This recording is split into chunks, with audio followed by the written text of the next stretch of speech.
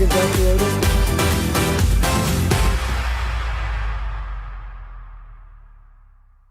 Good evening and welcome Richmond, California and beyond. Tonight we are sure to have a spirited and informative Richmond mayoral debate.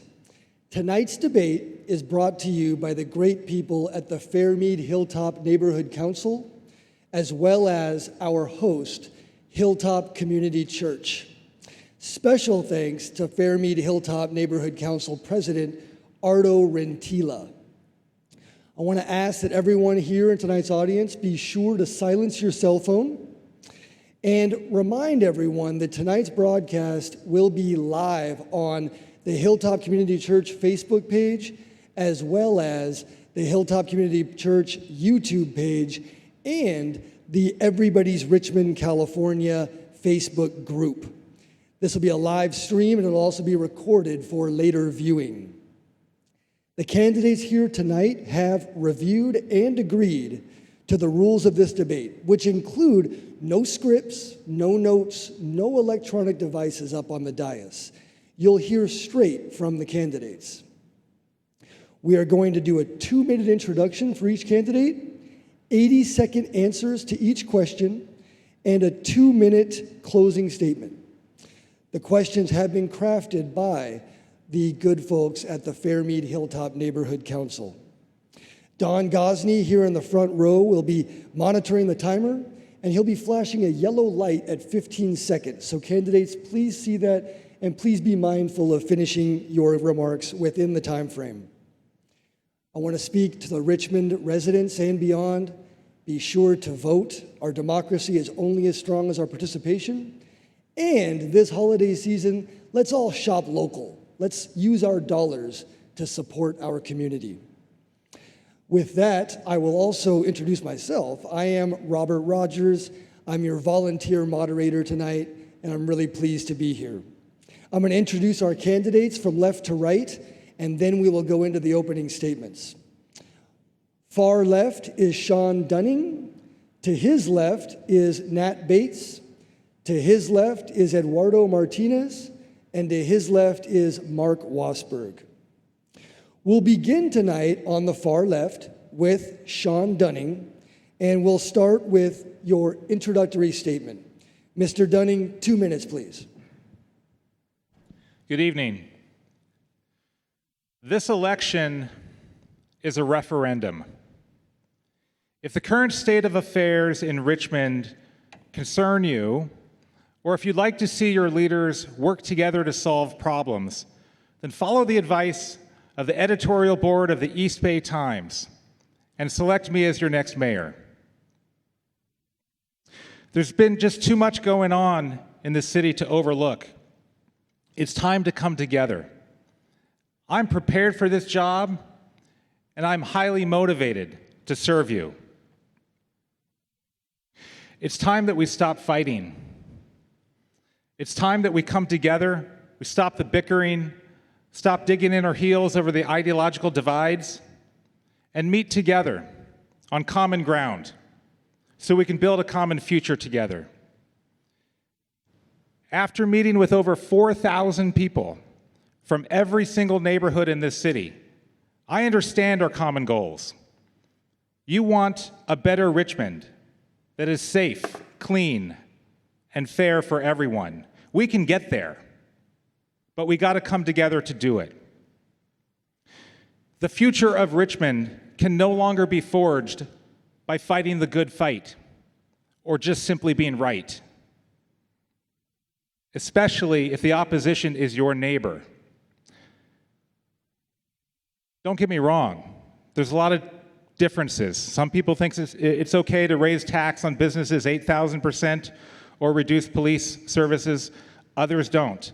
But at the end of the day, we all care about the same needs. We all want to belong. We all want to be safe.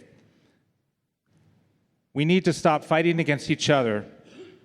We need to stop fighting against your way versus my way, and together build our way. With me as your mayor, we'll do that. Thank you. Thank you, Sean Dunning. Nat Bates. Thank you, everyone. want to express my appreciation to Pastor Hagan for allowing us to use this beautiful facility. I'm no stranger to any of you. You know me. Many of us grew up together, starting perhaps with a project for those a little bit older.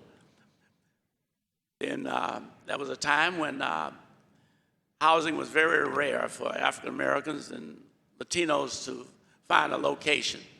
This was one of the first developments here at Hilltop that allowed that opportunity.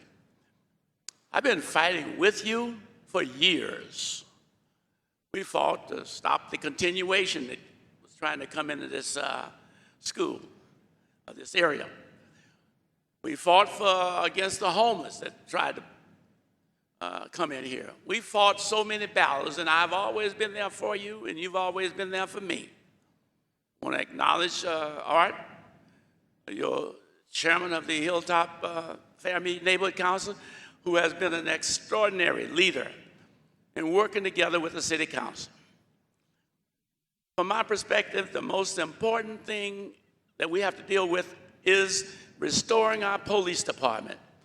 None of you feel safe at night. All the departments we have, the one that you want most is public safety.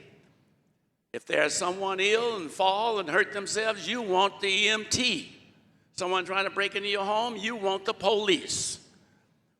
They have funded the police to the point where we were at 197. Now we're at 97 thereabouts. That's no way to run a city. That is my number one priority, as well as economic development. I urge and respectfully request your support November 8th. Thank you. Thank you, Nat Bates. Next, Eduardo Martinez. Thank you for having us here. I appreciate your support. I appreciate your interest in civic events. Arto and I have collaborated on many things, which shows that I know how to work with people. The Democratic Party endorsed me because I have democratic values, and I'm sure you do too. The fire union endorsed me because they know I understand public safety. And the Sierra Club and other environmental organizations endorsed me because they know I understand the importance of having clean air, clean water, and clean earth. So I'm asking you to stand with me and not to fall into this imagined battle, because we have been getting things done. Councilmember Bates and I have been with the city long enough to understand how it works, and we have been able to work together even though we have opposing views. The editorial by Borenstein was a lot of nonsense because he says that our opponent, Dunning, understands city finances more than we do. And yet, at the same time, he praised the city for things that we did, especially the swap trades that had eaten up $60 million of our funds. So that was done before we got here, and we have gotten rid of it, and so and doing that actually brought our ratings up. So I hope that you will listen to all of us and understand when someone is talking factual and when someone is making things up. Thank you. Thank you, Eduardo Martinez. Next, Mark Wassberg. I lived in Richmond and San Pablo for the last 60 years. I've seen the changes. You cannot have a government in Richmond, the city council, that supports criminals. We all know what they did. Stopping police checkpoints, giving people fraudulent ID cards, letting them drive illegally, aiding and abetting criminals from the federal government called a sanctuary city. In 2004, Richmond was designated as the most violent city in the state. It was like that for almost 7 years. Ever since the RPA got into office, the homicide rate has quadrupled. I know, I was there for 6 years. I filmed the violence. I was with Shoemake and Newsom and Hatchett and the Reverend George Brown. They say they're going to bring people together. You're not going to bring people together when the RPA is in office. You see what's going on with the city council, 5-2, 5-2, 5-2. If you're not RPA, you ain't going to get nothing done. And if you ain't got no votes, you might forget it. You're going to be a lame duck mayor. Just like the mayor we have now. He can't do nothing. But I could change that. If I have to go to court and sue my own city to get an executive order done, I'll do it. I'll make sure the money's going to go back to the police. There ain't going to be no more homeless campers here in Richmond. We know that the RPA has funded these homeless camps. They told the police not to enforce the law. What kind of law enforcement you're going to have when the city council tells the police chief, let the criminals do what they want to do? Just like I said, you cannot have people in office that's going to support criminals. Our country was founded under constitutional law for your safety and for your rights. This government we have right now don't believe in any laws. We've seen that time and time again. The police on the open forum complaining about the RPA defunding the police. The fire department was complaining that they don't have enough people, have enough money to do their job. You vote for me, I'll get it done. Thank you, Mr. Wassberg. This concludes our opening statement section. I want to remind everyone at the audience and at home, thank you so much to the Hilltop Community Church for hosting in this beautiful event. And Hilltop Community Church YouTube and Facebook page and the Everybody's Richmond Facebook page. These are all places where we are broadcasting live, and we ask you to like, share, comment, spread the word so more people can see our mayoral candidates and can be integrated into the democratic process. Thank you so much. We're now going to go into our questions. Each question will get 80 seconds for response from each candidate. These questions were prepared by the Fairmead Hilltop Neighborhood Council, and I will read them verbatim. We will start on one end for the first question, and then start at the other end for the second, and so on and so forth. So we're going to start with question one on my far right with Mark Wassberg, and we're going to proceed down the line from him. Question one. Since safety seems to be the number one issue here in the Northern District, and police staffing is at an all-time low, do you feel the police department should hire more officers? Yes or no, and explain. Law enforcement has a constitutional right to protect your safety. We know what the city government has done. People don't feel safe. People are always complaining on the open forum. Crime has rose ever since they defunded the police. Look what happened to our country right now. It's just totally in chaos. You put me as mayor, I will make sure that the police has a full staff and then some. Because right now, people don't feel safe at all. You heard on the open forum all the time, people complaining. But the city council is not giving you that right. Matter of fact, they even want to cut the police more. They even passed an ordinance saying they can't get no backup from other cities. So the police department get in a major scuffle, a riot, they're doomed. And people got to realize what's really happening with our government. Because like I say, you have the right to be safe. You have the right to have police officers, law enforcement to protect you, and the city council is taking away that right for you. I mean, you walk out of your home, people are scared every day they're going to get mugged, they're going to get shot. This one guy got murdered because somebody was stealing his catalytic converter. You want that in Richmond? The RPA don't care. They want to get rid of the police.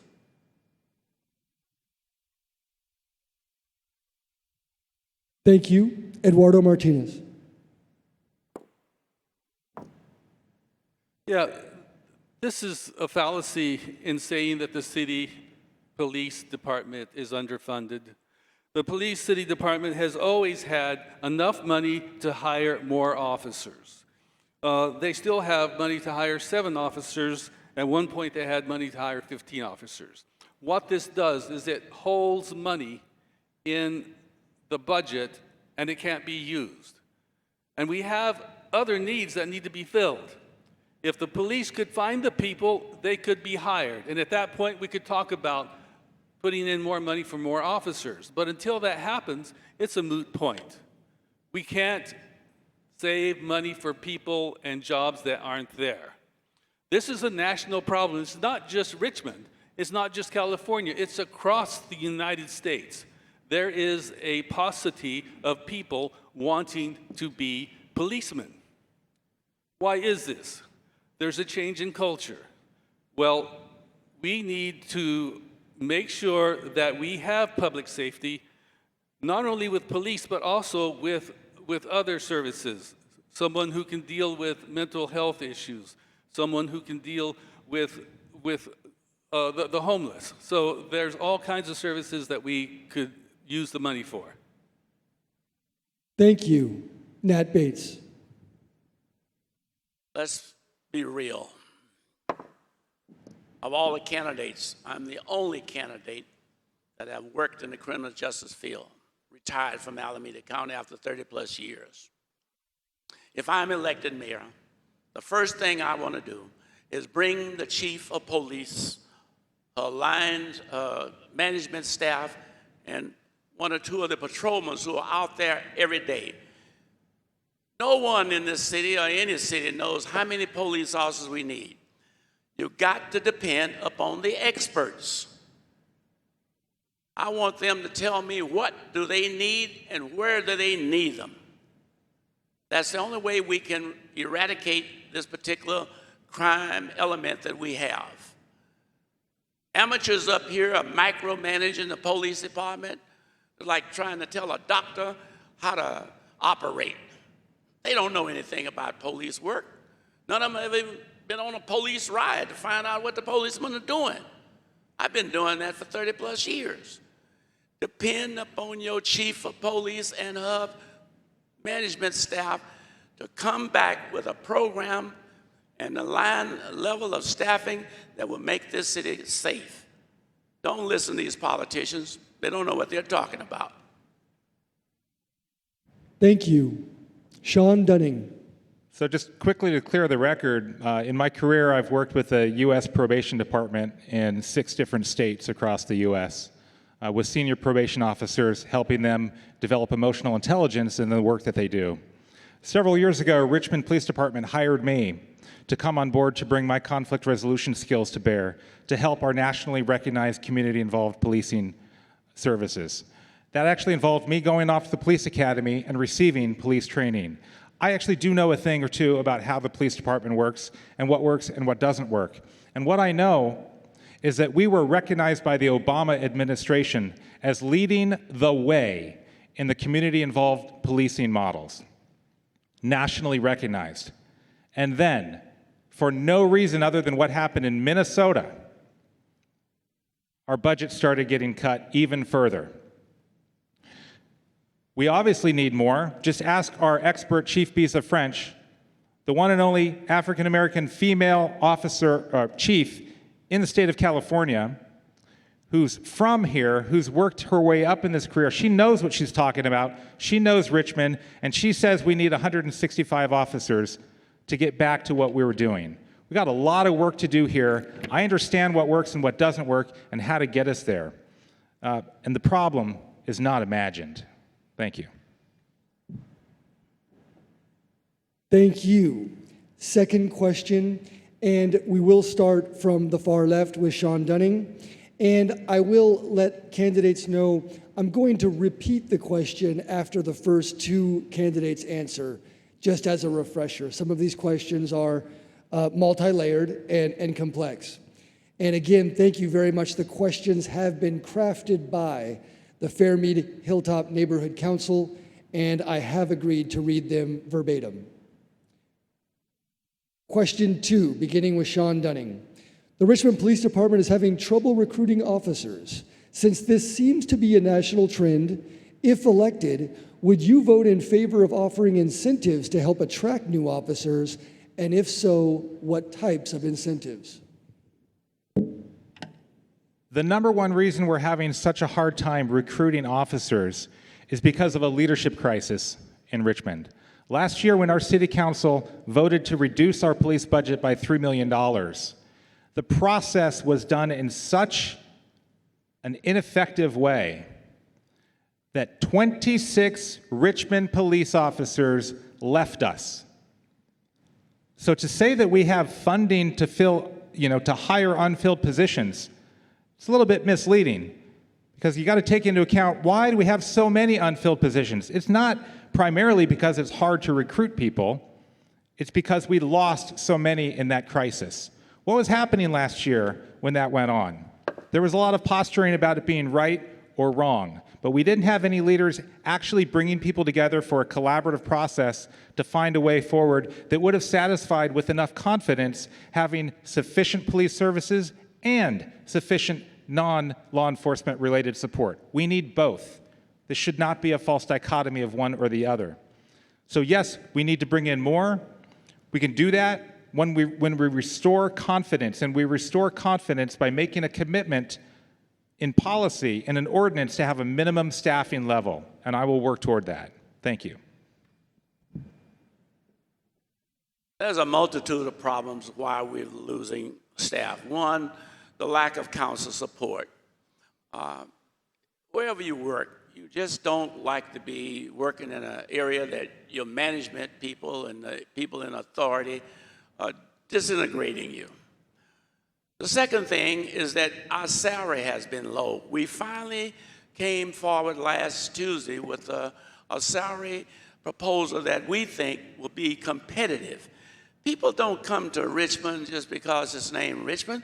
They come because of the benefits. If your salaries are on a parallel with San Pablo, El Cerrito, Oakland, and so forth, you can recruit. Once you're here, it's important that the city council show support. We have a recruiting mechanism. I'd like to see us go and recruit some people from the military. There's two systems. There's a California PERS system and a county system. If you work in the county, you can transfer over and work for a city. We can bring back some of the employees that are retired, up to 960 hours. Other than that, we have to be competitive with the other jurisdictions if we want to get the top quality police officers. I will now repeat the question. The Richmond Police Department is having trouble recruiting officers. Since this seems to be a national trend, if elected, would you vote in favor of offering incentives to help attract new officers? And if so, what types of incentives? Eduardo Martinez, please. Well, I can't talk about the incentives because we're negotiating that, and we'll talk about that after the contract is passed. But last night, at the last city council, we elected to bring back Officer Torona to help the police department. I call that support. Some people won't, I don't know why, but I call that support. We want to support the police department, and it seems that anytime we have a question, it's translated into not supporting, it's translated into hating. I don't believe that questioning is hating. It's wanting to make sure that your police department is the best police department there is.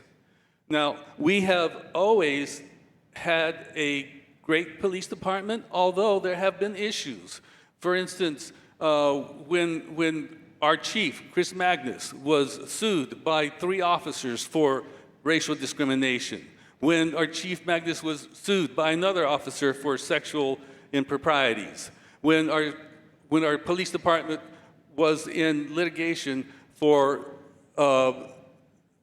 Celeste Guap and sexual misconduct. There's been a lot of things that we need to question.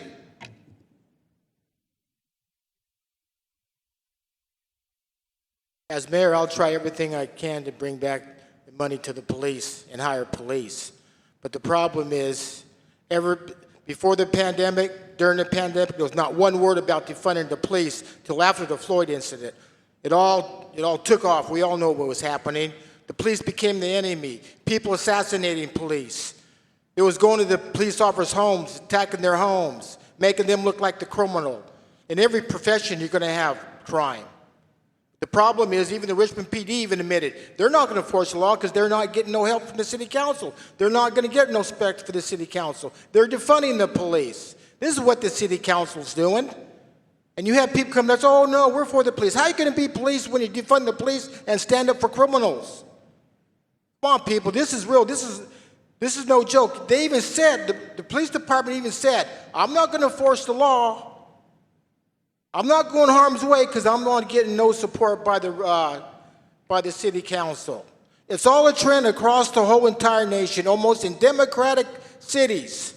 They want to get rid of the police. They got some dumb idea that they're going to have this task force to take the place of the police when somebody's stealing your catalytic converter. You got a 5150 with a gun. As I'm mayor, I'm going to make sure that you have the right to be safe under the Constitution law, and I'll bring back the police. Thank you. We now move on to question number 3. We will begin with you, Mr. Wassberg, and proceed to your right. We would like to know if there is something you have heard about yourself on the campaign trail that you do not agree with and would like to address.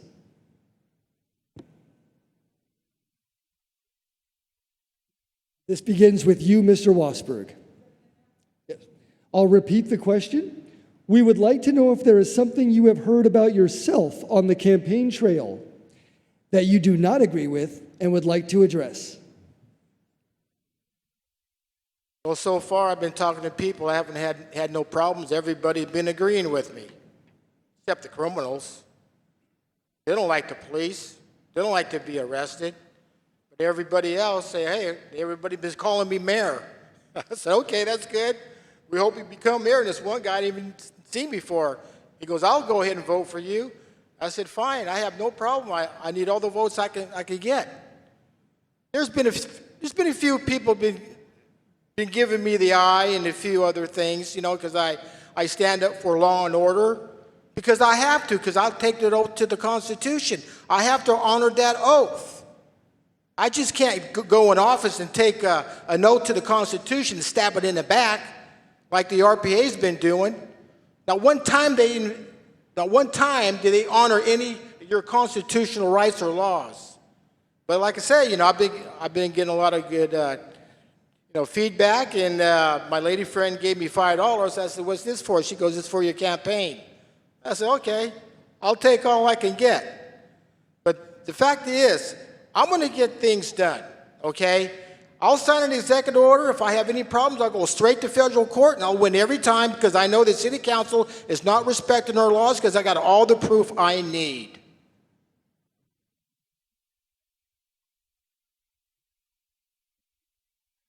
Well, I don't know where to begin.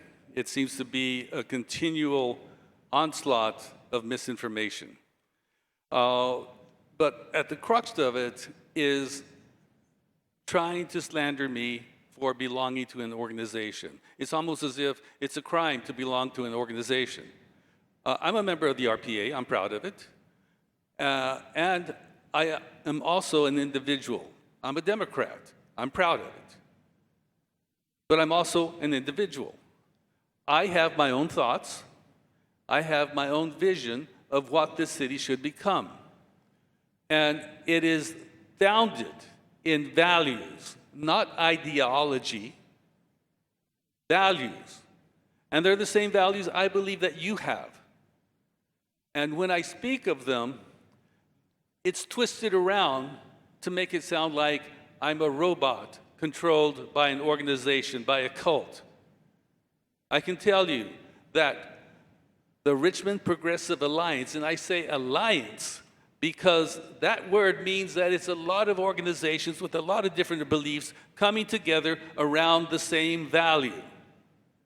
And that is belief in the citizens, in the people of Richmond. That's what we stand for. Thank you. I'll repeat the question. We would like to know if there is something you have heard about yourself on the campaign trail that you do not agree with and would like to address. I don't know about you, but I cannot hear the sound. Does the audience hear the question well? Oh, well. I apologize. Thank you, Nat Bates. I'll try to speak a little louder. Can you hear me well now? Yeah, it's the acoustics. It bounces back and forth, and it's hard to hear up here. Does it help when I speak louder? I will speak louder. Thank you. We would like to know if there is something you have heard about yourself on the campaign trail that you do not agree with and would like to address. Well, not really. Been in this business as long as I have. I'm not surprised at anything that happens. It's just the nature of politics. I do think that we have individuals here are running. They are sincere. They have the City of Richmond at heart. Mr. Wassberg is an individual that has a little problem articulating himself in the proper manner, but he's for real and he has good points. My colleague, Mr. Eduardo, my vice mayor, we just differ in philosophical. We're great friends. Mr. Dunning, I think, is a up-and-coming young man that needs experience. You need to understand what is going on out there in the arena. You can talk the talk, but you got to walk the walk.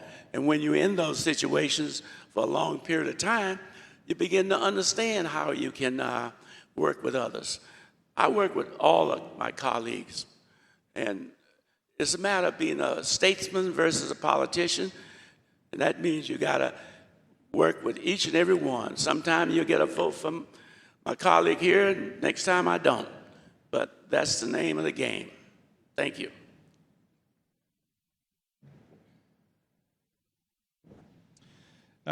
Mr. Bates's political experience is unrivaled by anybody. I'm bringing a different resume to the table. And so that's not actually a mistruth. It's just a different kind of experience. But what I would say is, generally speaking, in terms of the candidates, I'm not hearing us say, untrue things about each other. And if it were just us, we'd probably have a much more informed process.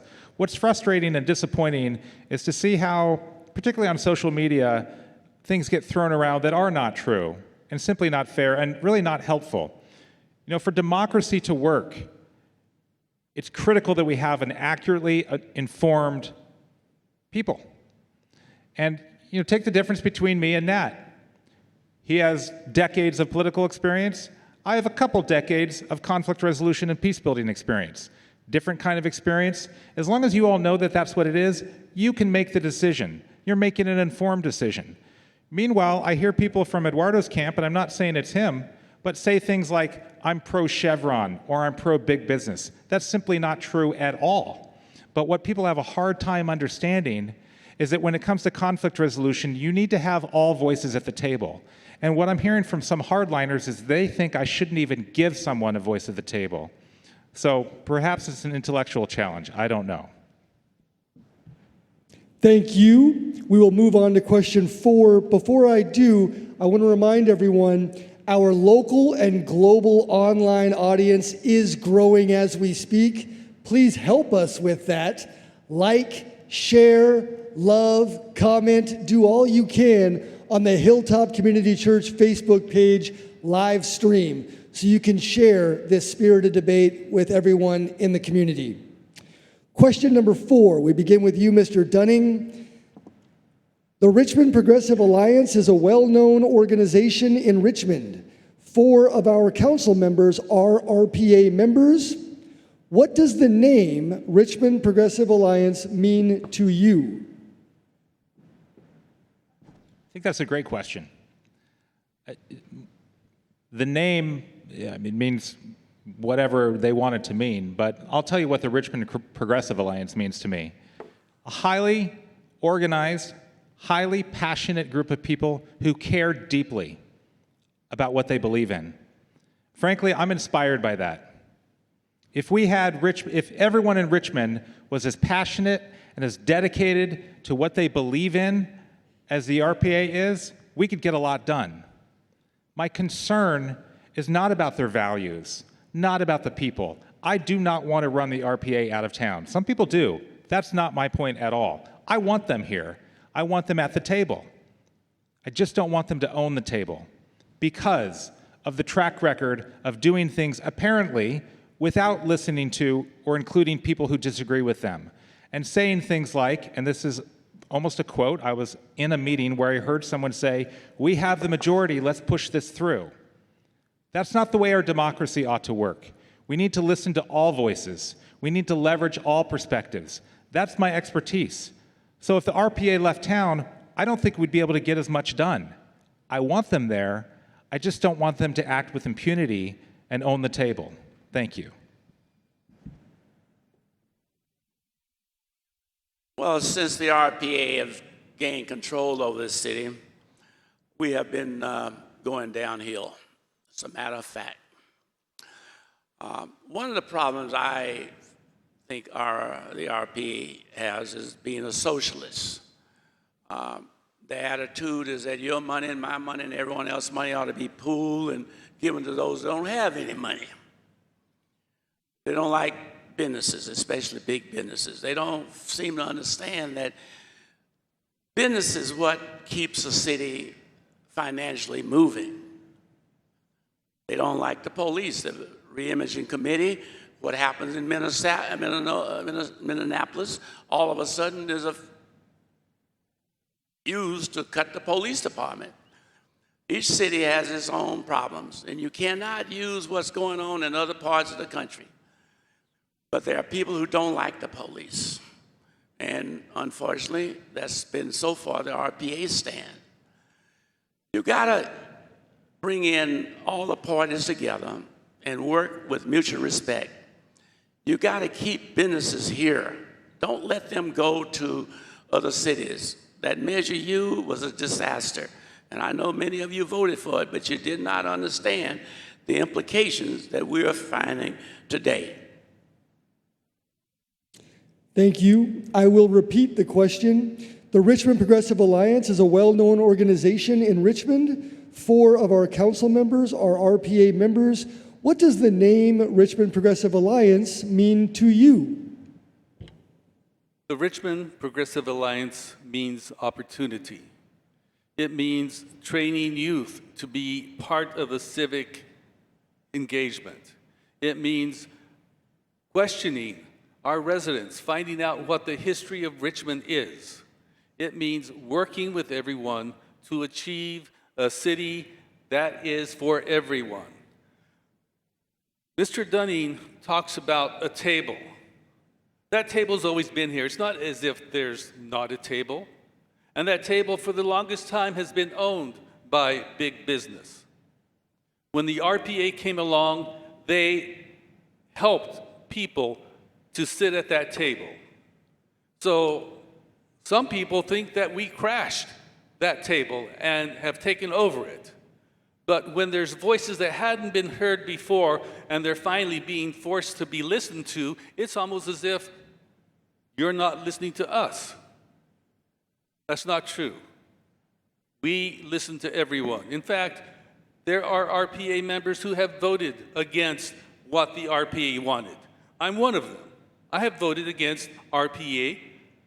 Otto Racinos has voted against RPA. So it's not like a cult. This is a democratic organization, and we allow people to think for themselves. One thing we do is we debate among ourselves. Thank you, Mr. Martinez. I apologize. Please, candidates, be mindful of the time when you can. Mr. Wassberg. If I had my way, I'd destroy the RPA in a heartbeat. There wouldn't be no RPA here in Richmond or anywhere else. Bernie Sanders is their god. Communist regime. Cuba, North Korea, China. If you don't believe me, look at the statistics yourself. You people haven't been around. You haven't been to the city council meetings. No law, no order, supporting criminals. This is what the RPA does. They don't believe in government. Not one time did they respected our constitutional laws, not one. When I went in front of that city council, quote McLaughlin, we're going to run the city council the way we want to run it. There is no Brown Act. I know I've been kicked out about 30 times out of there, violating my First Amendment right. They don't believe it. If I had my way, I would take them out and do a lot of stuff to them, and I'll guarantee they won't be coming back. cannot have a government that's going to support criminals. You cannot have a government that's going to go ahead and say, well, we're going to do what we want to do. They did right in their own eyes. It doesn't work like that. We have a government under the Constitution. They don't believe in the Constitution because they want to implement their own type of government. I've been fighting these people for the last 13 years. And I tell you, I almost got in a fist fight with Michael Parker. I had a chance to take him outside. I said, go outside and talk, pal. I won't even hesitate with you. And he ran away like a coward. So Thank you. What the RPA is. Thank you. We now move to question 5. We will begin with Mr. Wassberg. Again, I want to thank the Hilltop Fairmead Neighborhood Council for crafting these questions, which I will read verbatim. If the new owners of Hilltop Mall, Prologis, would like a zoning change to start their development, which would create millions of dollars in revenue, jobs for Richmond residents, and desperately needed housing, do you think the zoning should be changed? And if so, to what use? I think the zoning should be changed for all these big businesses that come in at Hilltop, no matter what we have land for in space, because big business pays big money. They pay into the unemployment, your Social Security, your retirement. This is how the city gets their revenue. These small businesses don't pay hardly anything. I mean, you got these candidates here, they want to support small business. It don't make sense. I will change the zoning laws where we can have big business come in. Well, sure, I mean, you have to obey the law, you have to have plans, you just can't go and start building wild. Because like I say, we know for a fact the RPA is going to do what they're going to do. Satisfy them. They don't care about anything else. But like I say, all I have to do is sign a piece of paper and take it to court. That's it. That's all I got to do. I'll get things done. Because like I say, see, the RPA don't want you to build. They want to close down Chevron. They want to close down all these big businesses. Don't make sense, people. How are you going to get a good paying job if you're going to work at a retail store? Little tiny store, that mom and pop store. They want to make Richmond green. Green jobs don't pay no money. Where are you going to work at the green factory making $25 an hour with full benefits? I will change the zoning laws to benefit the companies that coming in and housing. Thank you. Thank you.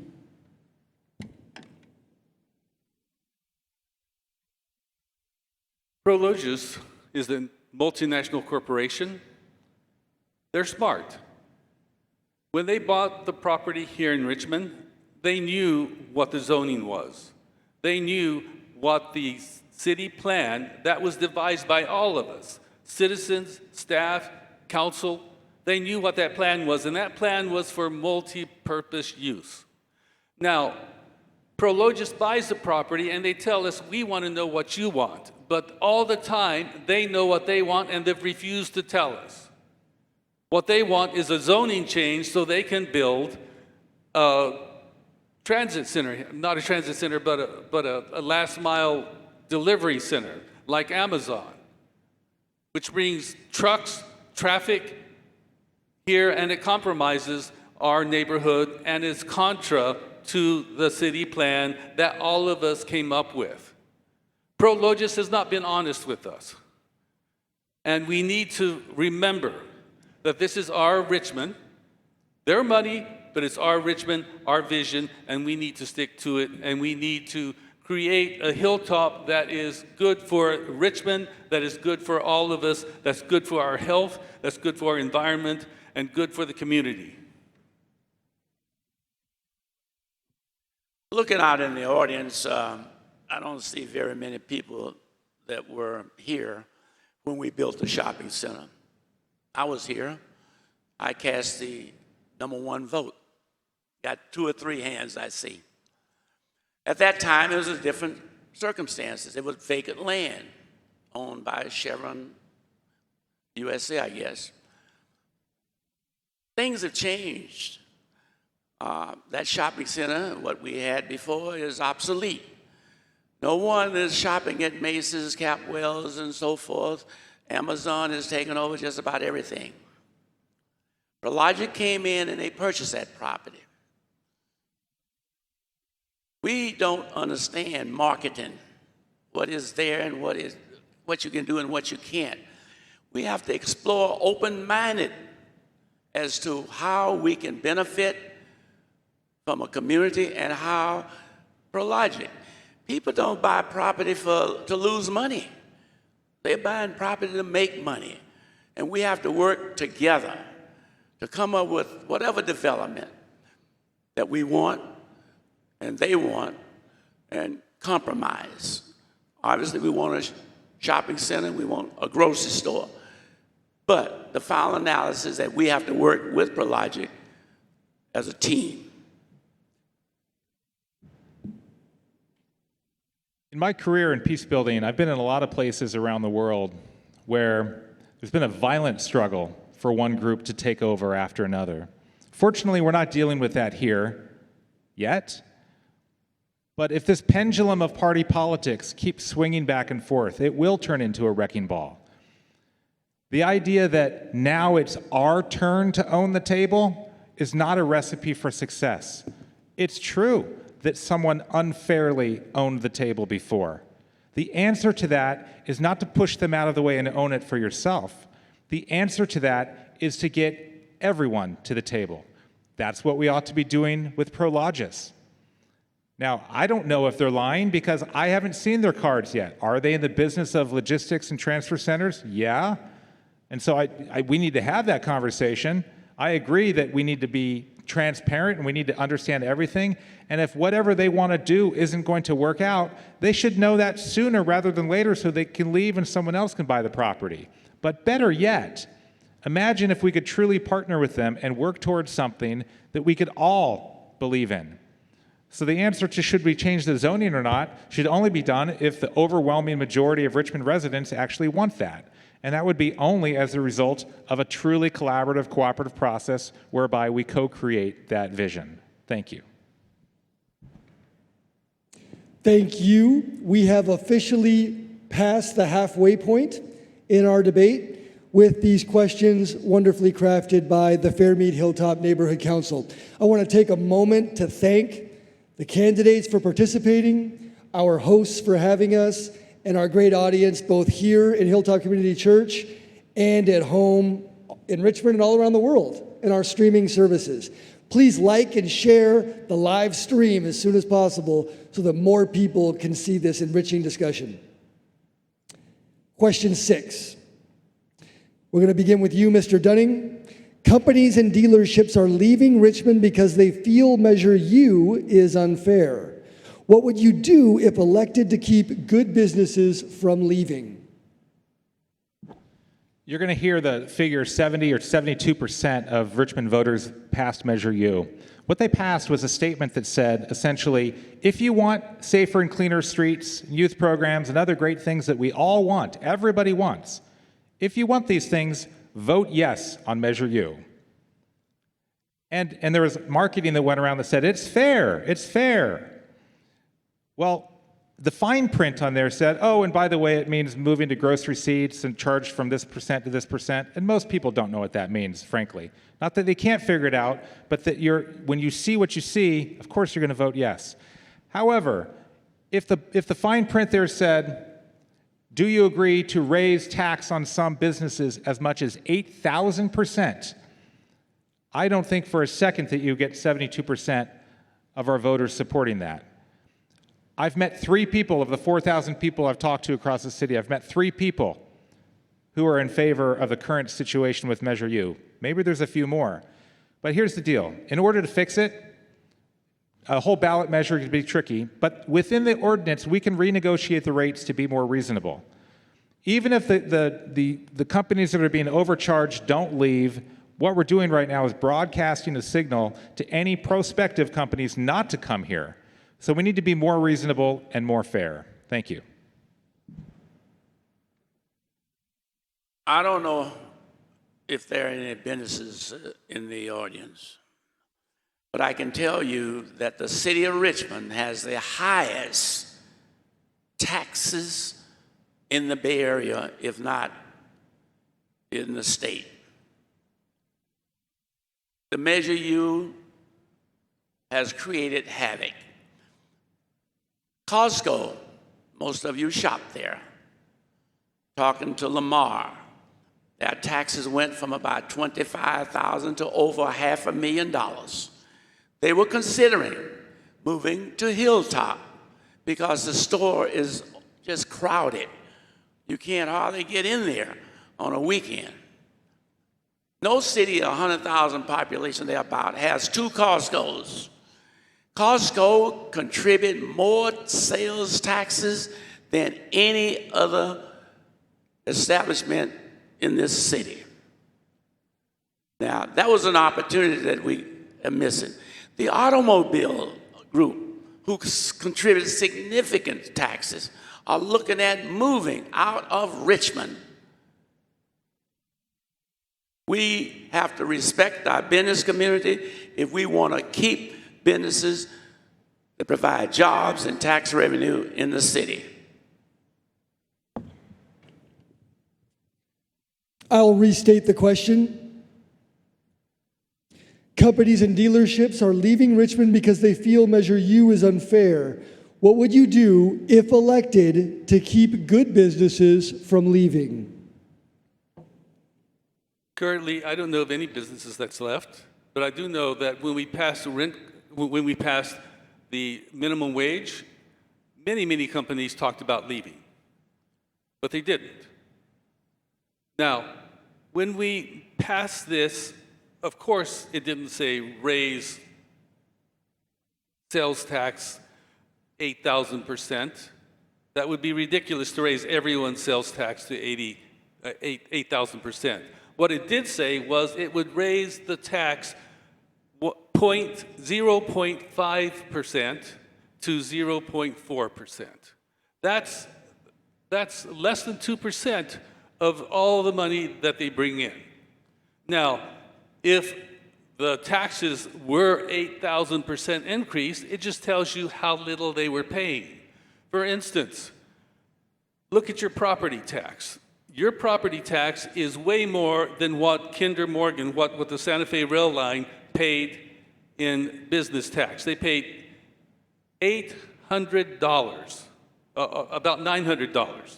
So consider that to your property tax. Is that fair? No.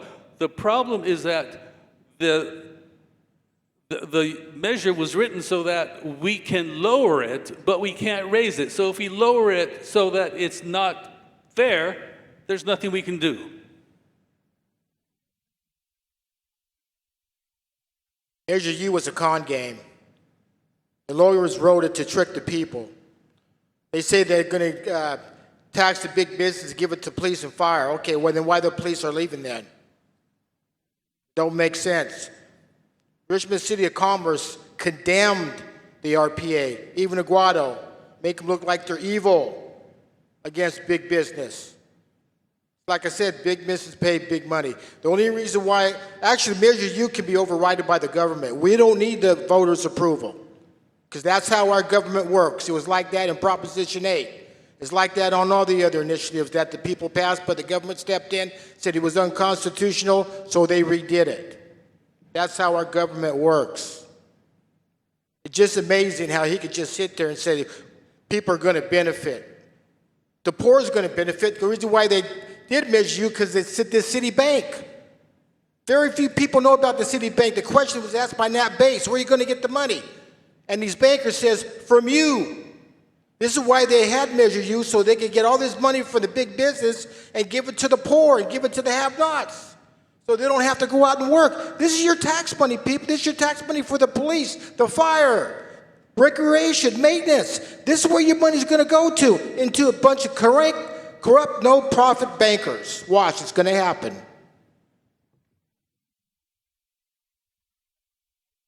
Thank you. Next question.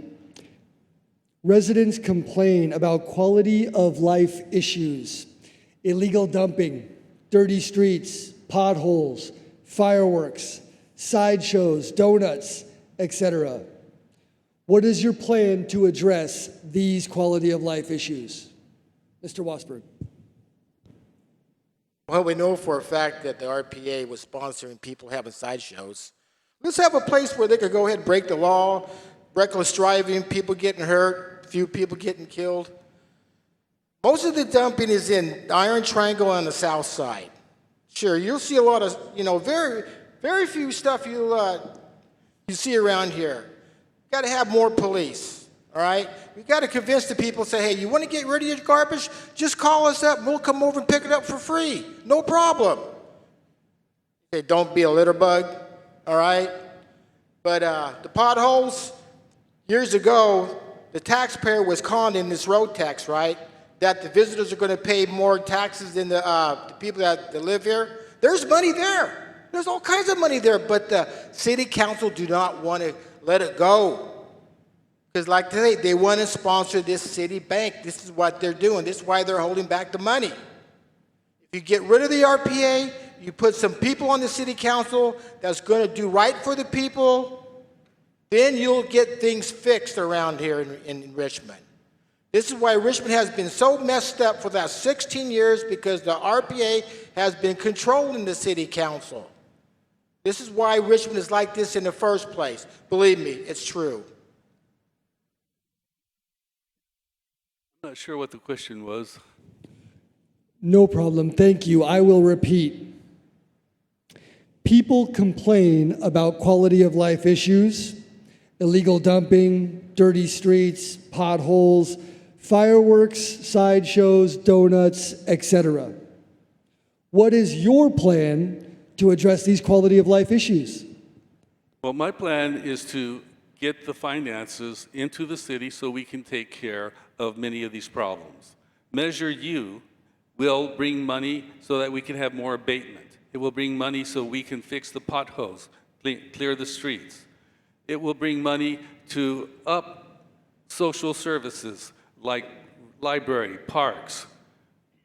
It will do a lot for infrastructure, improving infrastructure, and it will do a lot to fill in all the empty positions that the city has. The city can't do the work that they're required to do without personnel to do that, and we need to hire them so that we have a staff that can do the work that you see needs done. In terms of the other issues, we need to be preventative, and we're doing that. We have ONS, which helps reduce recidivism as well as mentors youth who might go down the wrong path. We have YouthWorks, which gives our kids the opportunity for a youthful employment. So we are doing things, and we need to continue to do them so that our city can become the city that it needs to be, but we need money. If I'm elected mayor, the first thing I will do is reinstate the standing committees, which consist of the finance and the public safety. Staff runs this city. This is a lazy council.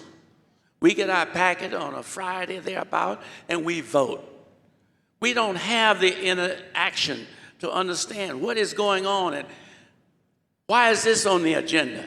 That's why we spend too much time at the council meeting talking and arguing with each other, trying to get information at the city council. You get your information at your standing committees.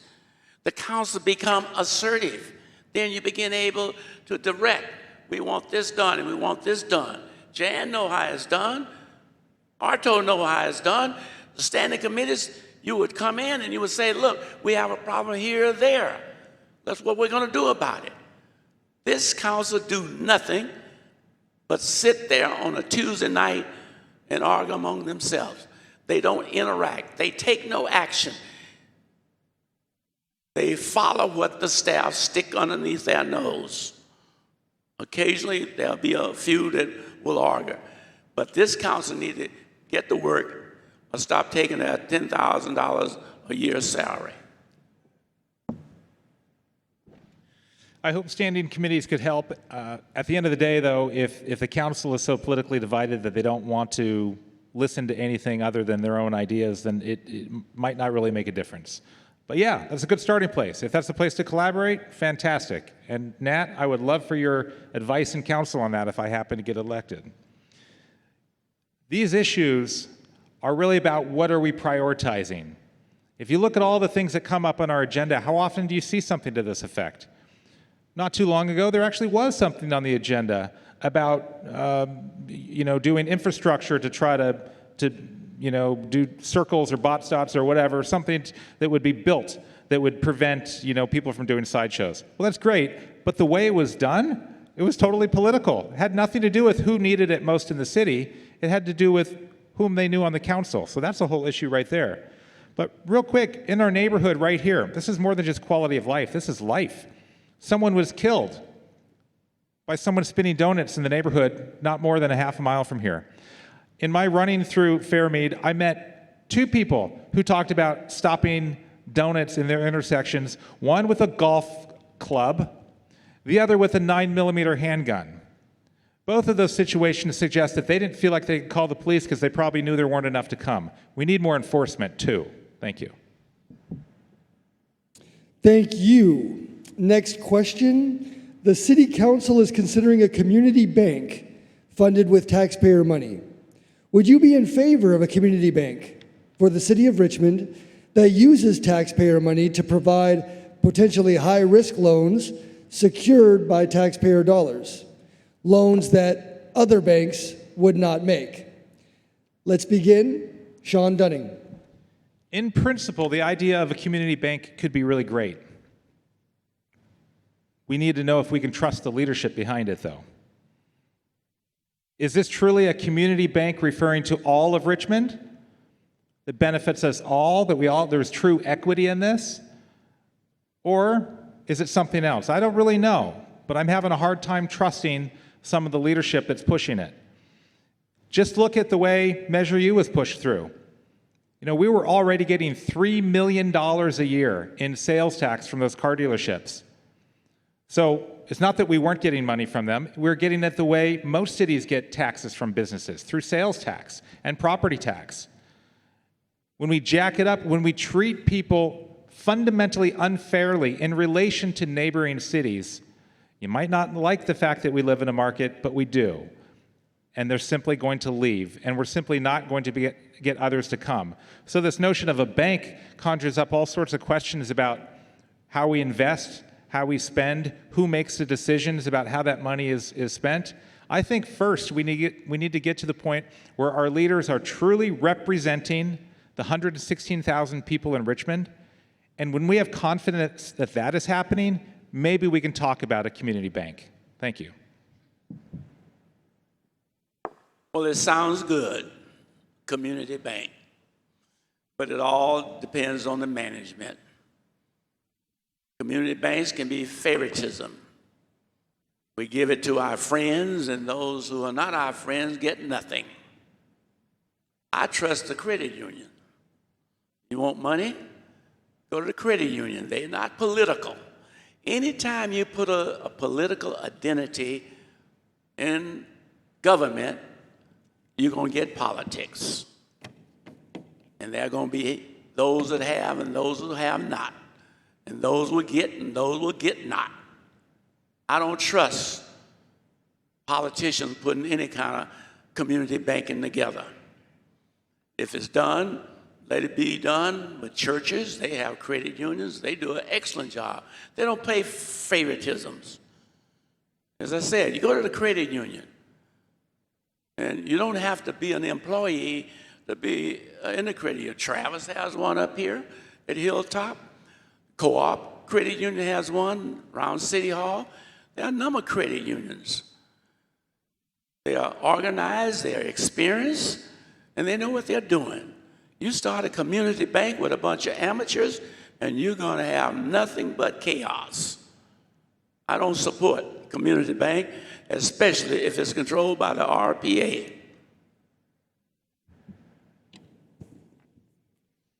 Thank you. I'm going to reread the question. The City Council is considering a community bank using taxpayer money. Would you be in favor of a community bank for the City of Richmond that is funded with taxpayer money and may provide high-risk loans secured by taxpayer dollars, loans that other banks would not make? Yeah, I understand how you can't trust what you don't understand. I also understand that credit unions are not community banks in terms of what we're talking about. We're talking about a bank that is composed of government agencies that hold their money in common to be borrowed from by government agencies. What this does is it keeps the money in the community. Right now, we lost $66 million to a bank in Canada because that's who we're dealing with.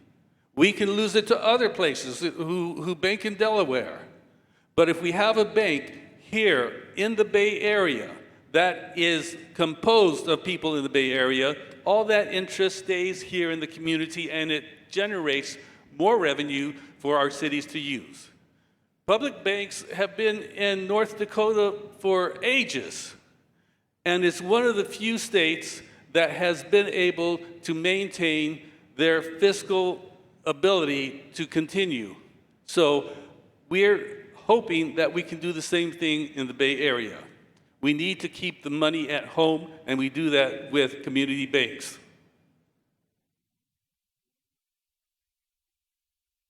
This is all Gil McLaughlin's idea in the RPA. You can't not use taxpayers' money to fund a bank.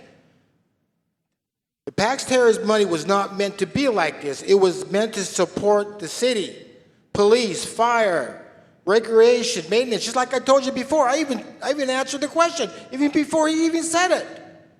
It's all a scam. Matter of fact, I talked to one of these bankers, right? They had us so twisted and turned. I said, why are you using our taxpayers' money? They said, well, no, we're not going to do that. I said, I just heard Nat Bates ask you the question. And they try to twist the whole thing, and they try to change the subject, and they cut me off on Zoom. I told you, it's a scam. This is what they're doing. And you people are going to suffer for a bunch of people that's going to go in there and get all these loans, and they're going to default on the loans, and they're going to just walk away and say, hey, too bad. And who's going to pay for it? And this is why they're going to raise your property tax. Once the taxes starts getting low on the business, they're going to go after your property. Then you're going to have to pay higher tax property, and you can't pay your tax on the property. They're going to take your property, just like TOPA, this eminent domain. It's all a scam, people. Don't go for it. As I'm mayor, I'll try everything I can to stop it. Not one penny of our taxpayers' money is going to go to that bank. Thank you. I want to again thank the candidates for your well-reasoned answers and for generally staying within the time constraints. Thank you so much, Don Gosney, for your good work on the timekeeping so far. We've been able to move through this debate expeditiously.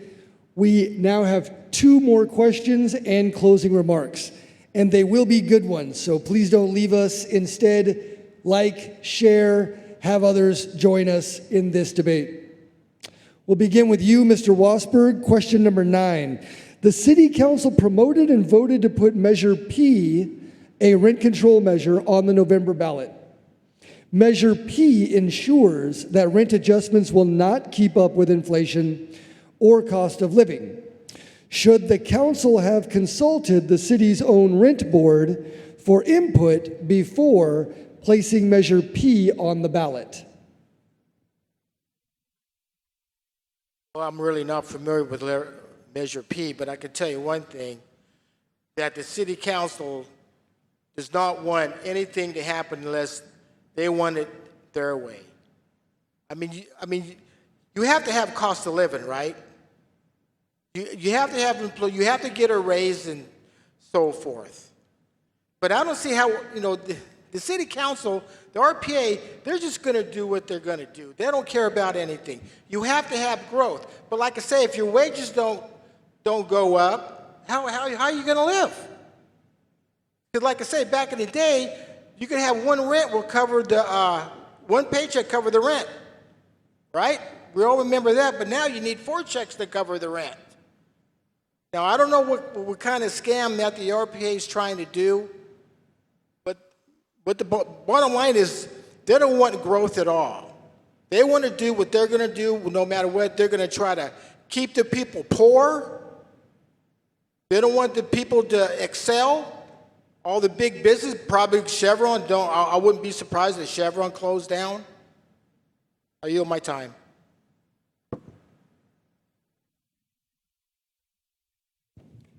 Would you like me to repeat the question? Is about Measure P and Measure L? Or, I'll repeat the question for the benefit of everyone. The City Council promoted and voted to put Measure P, a rent control measure, on the November ballot. Measure P ensures that rent adjustments will not keep up with inflation or cost of living. Should the council have consulted the city's own rent board for input before placing Measure P on the ballot?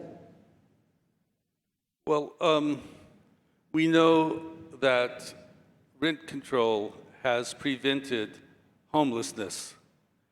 Anytime the rent goes up inexorably, and this is for people on fixed incomes, they can't pay it. If they can't pay it, they move out. And where do they move to? Who knows? Because there's no other place for them to move to. So we need to keep people in their homes, in their apartments, because that's where they can afford to be.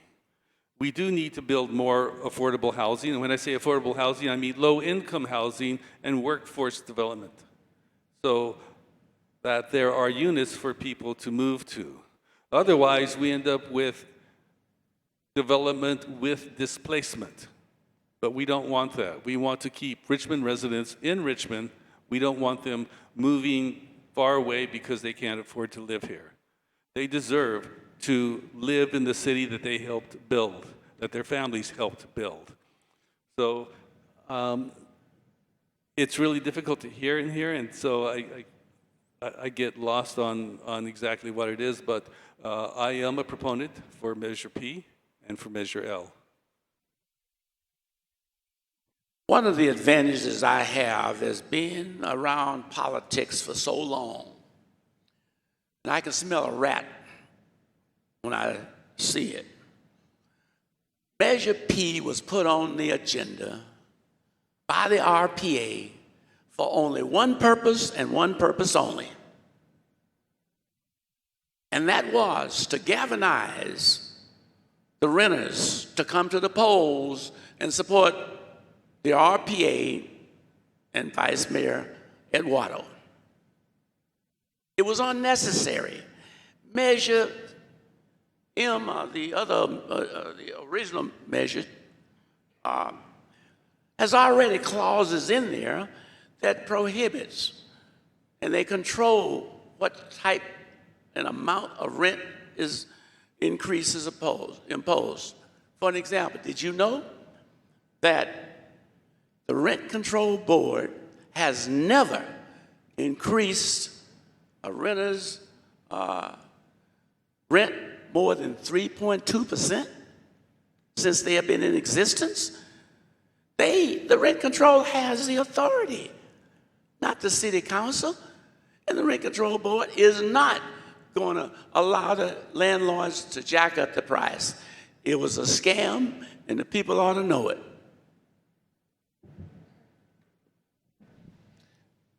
I don't know if Nat's really onto something or not here, maybe, but I will say that the framing of Measure P doesn't seem to really connect to what the espoused purpose is. And so then you got to wonder. So if the purpose is we want to help people out because of inflation, because times are tough, why not tie it to that? You know, I was there that night when the debate happened late into the night at City Council, and many people spoke up saying, this is good, we should help our renters, but how about we put a sunset clause in there? Why don't we tie it to what's actually happening with inflation, not just permanently knock this down to 3% in perpetuity until someone else comes along and the pendulum swings back the other way? It's not rational. It's not fair in the long run, considering that we do live in a market. Now, you might not like that. Again, I know there's a lot of people that are just against the fact that we live in a market, but we do. We're not on an island. And so when policies like this happen, what it does is it actually leads to less development in Richmond. It leads to less affordable housing in Richmond. I talk to landlords or potential landlords all over the city who say, forget it, I'm not even going to think about it anymore, because one policy after another is clearly above and beyond what's necessary. And the end result is actually the opposite of what they're after. Thank you. We have come to our final question. We'll do the final question and then have closing statements for each candidate. Thanks again so much to the Fairmead Hilltop Neighborhood Council for crafting these questions. The final question will begin to my far left with Mr. Dunning, and the question is, the City of Richmond has spent millions on homelessness issues with very little results.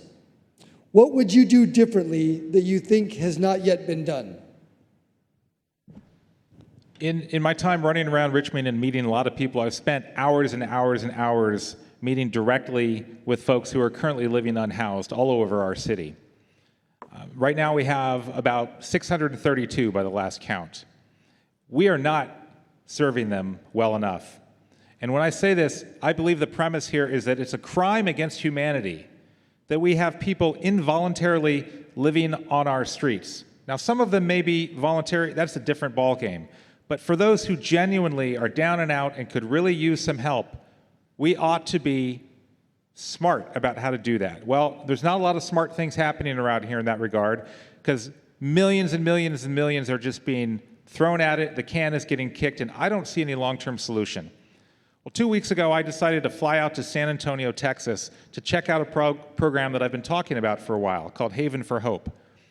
There, at $26 per person per night, with an average stay of 4 months, they claim 92% success, meaning a year later, someone who went through that is no longer homeless. And the reason is because it's genuinely a collaborative effort between about 150 different stakeholders, led by private individuals who are passionate about this, but partnering with the government. We need to do something like that. Homelessness is a national and a state problem. No municipality can accommodate and pay for the services that the homeless demand. This city just spent $2.some million trying to relocate 50 to 60 individuals off the Ryden Road. We got the Castro Ranch Road. And I ask you, what community will volunteer to bring the homeless into your neighborhood? Our PA feels as though they can do that. They try to put them up at City Hall. Remember, they try to put them out here at Hilltop. The community was totally opposed to it. Many of the homeless are not Richmond residents. They're coming from encampments that are being closed, like Berkeley, Oakland, San Francisco, and elsewhere. And I ask the question, why is it that there's no homeless encampments in Hercules, in Pinole? And because they have rules and regulations and they enforce them. I've asked also for a comprehensive report from the city manager of how we're going to deal with the homeless, because this council has no answers. Thank you. I will read the question again. The City of Richmond has spent millions upon millions of taxpayers' dollars on homelessness with very little results. What would you do differently that you think has not been done? Well, we began trying to find a place for them to stay. Obviously, there's not any neighborhoods in the city of Richmond that wants them, that cares for them. So we had to keep them where they are, because if we disperse them, they have to go somewhere, and that somewhere is another place, another encampment that will have to be dispersed. And when that's dispersed, it will create other encampments in other places that will have to disperse. And so it's a cycle that never ends until we deal with the problem. And the problem is lack of housing. The problem is lack of opportunity. The problem is lack of mental health care, lack of substance abuse aid, lack of economic justice. So what we did at Ryden Road was we had been asking them questions after questions and then attending to their needs as opposed to attending to a method to have them move onward to something better. And that's what we did at Ride and Road. We asked them, how did you get here? What do you need in order to move on? After we got answers to that question, we came up with plans to help them move on. And now if you go down Ryden, it's clear. You know, they tried to settle a homeless camp up here, right? You people didn't want it. They tried to set a homeless camp down at the city hall. People didn't want that either. At Ryden Road, they paid them $1,500 to take off. They told their vehicles, they said their vehicles wasn't going to work. Yeah, they got their money. They started off, they took off like that. Most of these people in Richmond are homeless, don't want to work. They had a chance to come up here at a jobs fair, but they didn't want to do it. Most of these people don't even want to work. A person could better their life if they want to. There's resources out there. I know. I'm an expert. Been there, did that. I see it every day on Dam Road in San Pablo, in El Sobrante. Go down to McDonald. Go down to down in San Pablo, cross street formations. These people want to live like this. I see it every day. These people, they live like animals. You haven't seen this. You haven't lived it, so you wouldn't really know. Because like I said before, a person could help themselves. It's not the government's job to give these people a bunch of freebie everywhere. This is what the RPA is doing. Now what are you going to do at Casper Road? They're going to go down there and give them a check. They're going to leave, and they're going to go somewhere else in Richmond. The bottom line is you're going to have to start with the young people to get them in the trades as soon as they get out of high school so they have a career so they're ready to go at 25. We have now completed our questions, which were provided by the Fairmead Hilltop Neighborhood Council. Thank you so much, candidates. This brings us to the opportunity for the closing statement from each of you. We will have 2 minutes for a robust closing statement from each candidate, and then we'll have a brief closing statement from your moderator in the audience. With that, let's begin. Mark Wassberg, closing statement, 2 minutes. Well, I'm sure all you know how I feel and other candidates feel. I mean, these people out there say, we're going to do this, I'm going to do that, we're going to do this, they're not going to do nothing because the RPA still controls the vote on the city council. You're going to have 2 lame duck mayors. They can't even get nothing done. Look what they're doing to Tom Butt. Lame duck mayor can't even get nothing done for 5-6 years ever since he got in the beef with the RPA. Now, I'm going to be honest with you people. You may not like what I'm going to say, but that's just too bad. We got 2 homosexuals running for office. And I'll guarantee you put these 2 homosexuals in office, you'll have every gay flag on every street corner. This guy here, you put him as mayor, Richmond is going to be destroyed. You want your children to be raped, or verbally raped? Tell little Johnny that he has a vagina? Tell Mary Jane has a penis? This is what's going to happen. When Becca was on the city council, she was supporting young boys having same sex. That's why we jumped on her. This is what the RPA is going to do. You think I'm kidding? You just wait. The bottom line is you don't vote for the people in the RPA. We know who they are, Caesar and Jaime, whatever his name is. I'm telling the truth, people. I'm going to tell you what's going to happen. San Francisco has the highest AIDS and monkeypox in the nation. Why? Because of the homosexuals. I know you may not like it, but I'm just being frank. I don't care what you think. I'm just saying reality. I'm just saying what God has created in this world. You're in God's house, and you're going to have to know what God does. And I tell you, it's going to be a disaster. Then the people are going to say, hey, you said you was going to do this and do that. Well, I'm just only 1 vote. Well, how come you didn't tell us that you couldn't get it done just by 1 vote? Hey, I'm sorry, the city council already made their decision. You see the con game, what's going on? Vote for me, and I'll get things done.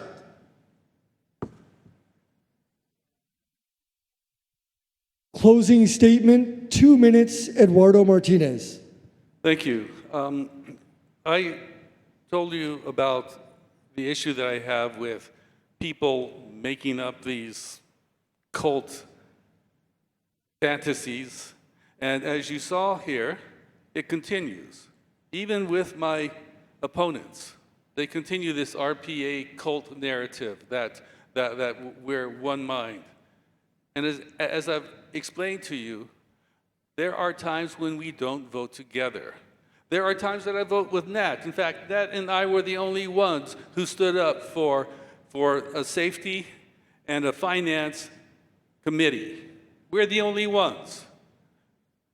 The mayor, the RPA, voted against us.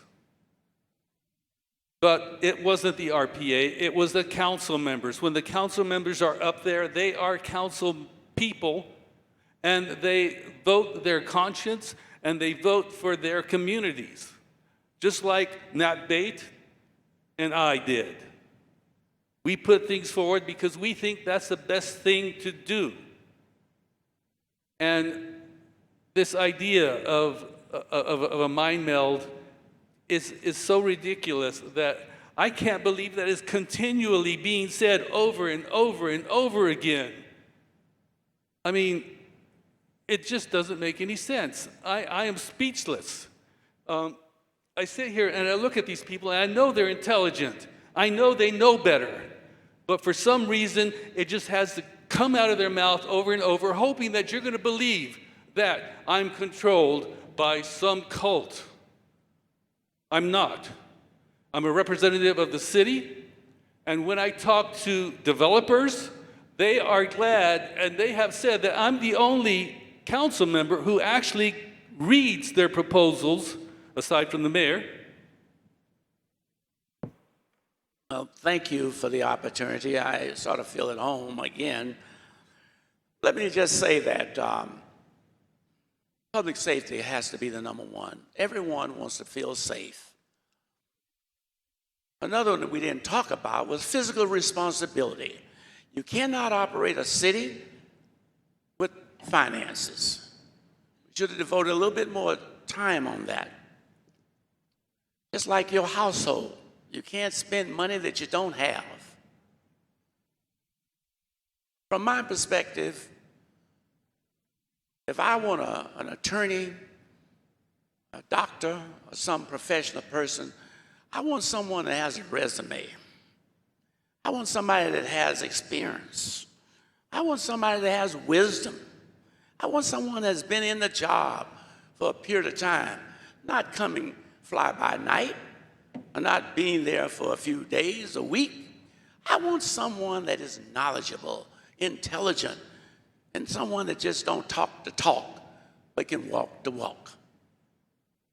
There's an old biblical saying, let my work speak for me. Let my work speak for me. Every one of you out there, Mr. Mark, Jan, a host of you, you know, this is Hunt. You know what I've done. You know what I'm capable of doing. And you also know what I'm not capable of doing. You gotta have leadership, understanding the job, being on the job. Learn how to work as a team. I was honored to get the Hall of Fame for Canada. It just wasn't Nat Bates. It was our team that worked together, that came forward and had an outstanding season. The city council has to be that kind of team if we want to succeed here in the city of Richmond. Thank you kindly. Leadership and teamwork has been my entire career for the last 20 years. And, you know, quick example there. One of my clients was a hospital in Connecticut. Over a 9-month period, I rolled out an emotional intelligence training with them and collaborative leadership training. They were in a lot of turmoil. They had a hard time getting along and making good decisions. And over a 9-month period, I helped that hospital, specifically the emergency department, run a lot better. They had experts there. They had cardiologists. They had all sorts of folks. Just for the record, if I win this, one of my first calls is going to be to Nat Bates for his expertise. I'm not running to be the cardiologist. I'm running to run the hospital so that we can actually get things done and work together with all the different experts in the room. There is so much wisdom, so much experience, so much passion in Richmond, California. We have 116,000 people from all walks of life. Nobody else has put the effort that I have into getting out there and hearing from everyone. You know, conventional politics tells you, figure out who the likely voters are, spend all your time with them, and forget the rest because they're not worth your time. Well, I did the opposite. Maybe it's foolish, maybe not, but I'll tell you one thing. I learned a lot about Richmond in running over 450 miles through every single neighborhood in the city and hearing a lot of stories firsthand. Every single topic we've talked about tonight, I could tell you stories from residents who've shared the truth with me. So when I say that I know that the common goal is a better Richmond that is safe, clean, and fair, that's not because I cooked that up and wanted to push it on people. That's because first, what I did was listen. And as your mayor, that's what I'm going to do. I'm going to listen. I'm going to bring us together, all of us together, and leverage all this passion towards something better for everyone. Thank you. That brings us to the conclusion of our event. Again, I'm Robert Rogers, your volunteer moderator. I want to thank all the candidates for participating tonight and speaking to our community. I want to especially thank the Fairmead Hilltop Neighborhood Council for organizing and crafting the questions. I want to thank Hilltop Community Church for providing this beautiful venue, this house of worship. I want to thank all of the residents here in the audience tonight and also all over the web watching this great discussion. Thank you so much. Lastly, I do want to thank Don Gosney for your great work with videography and also the timekeeping. And I want to ask everyone here and at home to join me this holiday season in doing 3 things. Cast your vote, do some local shopping to support local business and support your community's tax base, and if you can, do some service for a community member or someone in your community. If we all do that, Richmond is an even greater place. Thank you all again. Thank you to the audience, and good night.